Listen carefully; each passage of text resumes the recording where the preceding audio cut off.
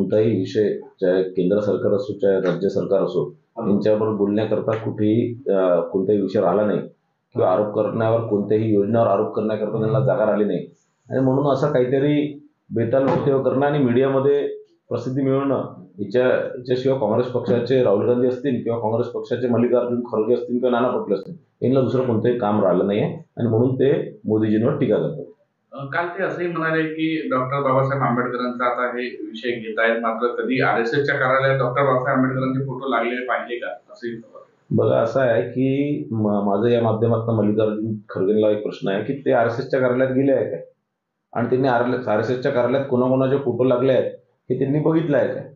माझं या माध्यमातून मल्लिकार्जुन खरगे आणि राहुल गांधी दोघांना विनंती आहे की त्यांनी एकदा RSSच्या कार्यालयात जावं, मुख्यालयात जावं आणि कोणाकोणाचे फोटो लागले हे बघून घ्यावं आणि त्या माध्यमातून त्यांचे जे विचार जे त्यांचे भ्रष्ट झाले आहेत तेही कुठेतरी त्यांचे दृष्टिकोन साफ होणार आणि त्यांनाही राष्ट्रप्रेम निर्माण होणार. कुठेतरी यवतमाळमध्ये कुणबी समाजाचे जे वक्तव्य होतं ते कुणबी हे कुत्रे अशा पद्धतीचं जे आहे नाना पटोले वारंवार सांगतायत सभांमधून, काय नेमका प्रश्न?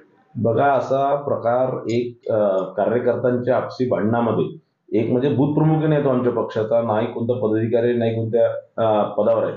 एक जे एकदम कार्यकर्ता जे असतात त्यांच्या आपसी भांडणं झाले आणि त्यात त्यांनी काही वक्तव्य केलं असणार. कोणत्याही भारतीय जनता पार्टीच्या पदाधिकाऱ्यांनी हे वक्तव्य केलं नाही, कोणत्याही आमदार खासदारांनी केलं नाही आणि काहीतरी चिल्लर कार्यकर्त्यांनी केलेला एखादा वक्तव्य जर प्रदेशाध्यक्ष काँग्रेसचे प्रदेशाध्यक्ष जर तो सगळ्या भाषणात जर घेत असतो तर हा फार एक केविलवाना प्रकार नाना पटोले करतात आणि कुणबी समाजाची दिशाभूल करण्याचं काम ते करतात आहे. मला या इतक्या छोट्या विषयावर जर नाना पटोले त्यांच्या भाषणांमध्ये प्रदेशाध्यक्ष काँग्रेस पक्षाचे राज्याचे प्रदेशाध्यक्ष जर इतका छोट्या विषयावर जर ते आपल्या भाषणांमध्ये जर त्याचा उल्लेख करताय तर नाना पटोलेंची मला कीव येते.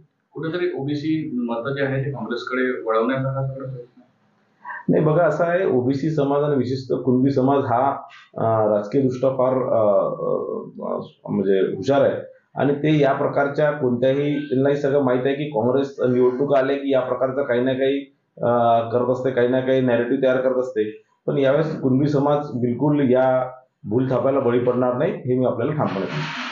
नाना पटोले अशी बोलले की गडकरी थोडक्यात बचावले पण देवेंद्र फडणवीस या निवडणुकीमध्ये बचावणार नाही. गडकरी साहेब नाना पटोलेंना अभ्यास नाही वाटतं, कारण गडकरी साहेब 1 लाखाच्या वर मताने निवडून आले आणि 1 लाखाच्या वर मताने निवडून येणं हा फार मोठा लोकसभेमध्ये फार मोठी गोष्ट आहे आणि फडणवीस साहेब किमान 40,000च्या वर दक्षिण पश्चिम मतदारसंघातून निवडून येणं. यावेळेस नाना पटोलेंची स्थिती फार वाईट आहे. नाना पटोलेच यावेळेस निवडून येतील की नाही याच्यात शंका आहे. वारंवार पुन्हा एकदा फडणवीसांना टार्गेट करते नाही. बघा, नाना पटोले मी तुम्हाला सांगितलं की यांना दुसरं कोणताही विषय राज्य शासनाच्या विरोधात बोलण्याकरता नाही आहे म्हणून ते फडणवीस साहेबांवर टार्गेट करतात.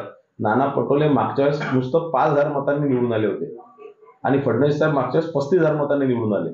जर त्यांना गडकरी साहेबांची लीड आणि फडणवीस साहेबांची लीड जर कमी वाटत असणार तर त्यांनी पहिले आपलं मागच्या निवडणुकीचा आपला रेकॉर्ड पहिले तपासून बघावं आणि यावेळेस ते कमीत कमी 10-20-25 हजारांनी पडणार आहे हे आपल्याला ठामपणे सांगतो. जरांगे पुन्हा एकदा पाडा अशा पद्धतीची भाषा करताय, ज्यांना पाडता येईल त्यांना पाडा. आम्ही इशारा करणार त्याला पाडा असं. बघा, जरांगे साहेबांचं मला असं वाटतं की आता जरांगे पाटलांनी काही सिरियस घेतलं नाही पाहिजे, कारण ते वारंवार असंवैधानिक मागणी करतात आहे आणि कोणताही पक्षाचा जे इतर जे पक्ष महाविकास आघाडी आम्हाला पाडा तर जिंकून कोणाला आणायचं आणि ते जिंकून आले तर ते त्यांच्या ज्या असंवैधानिक मागण्या पूर्ण करणार आहे का त्यांनी पहिले तसं लिखितमध्ये द्यावं. आज मला या माध्यमातून एक गोष्ट स्पष्ट हे आहे की नाना पटोले आणि विजय वडेट्टीवारांबद्दल की त्यांनी आतापर्यंत मागच्या 30-35 वर्षापासून ओबीसी समाजाच्या मतावर ते आतापर्यंत निवडून आल्या. ओबीसी समाजाच्या मतावर अनेक पदं, आमदार खासदाराचे पदं, मंत्रिपद त्यांनी भूषवलेले आहे आणि ते या जरांगेच्या मागणीला समर्थन करतात आहे की त्याचा विरोध करतात हे त्यांनी स्पष्ट करावं. कारण कुठेही त्यांनी आतापर्यंत ओबीसीमध्ये मराठा समाजाला सामावून घेण्यात यावं की ओबीसी प्रवर्गात मराठा समाजाला आरक्षण द्यावं या संदर्भात कोणतंही वक्तव्य नाना पटोले किंवा विजय वडेट्टीवारांनी केलं नाहीये आणि निश्चितच या निवडणुकीमध्ये ओबीसी समाजाने हे प्रश्न नाना पटोले आणि विजय वडेट्टीवारला विचारलं पाहिजे आणि या निवडणुकीमध्ये या दोघांनाही त्यांची जागा दाखवली पाहिजे. आज संकल्पपत्र जे आहे ते भाजपचं जाहीर झालेलं आहे. हे संकल्पपत्र राज्यातील महान भूमीचं सर्व लोकांचं हे पत्र याचा अमित शहा म्हणाले.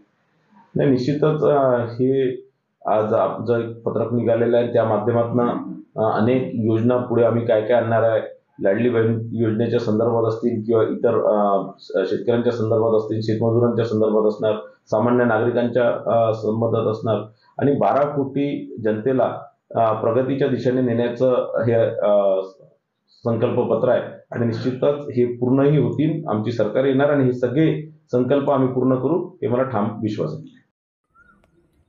बनवा व्हिडिओ, पाठवा व्हिडिओ, आम्ही तुमच्या न्याय व हक्कासाठी लढा देऊ. ताज्या बातम्या व घडामोडींसाठी पाहत राहा फक्त महाराष्ट्र लाईव्ह न्यूज. आजच आमच्या चॅनलला सबस्क्राईब करा, शेअर करा, कमेंट करा आणि हो, बेल आयकॉन दबायला विसरू नका. जय महाराष्ट्र.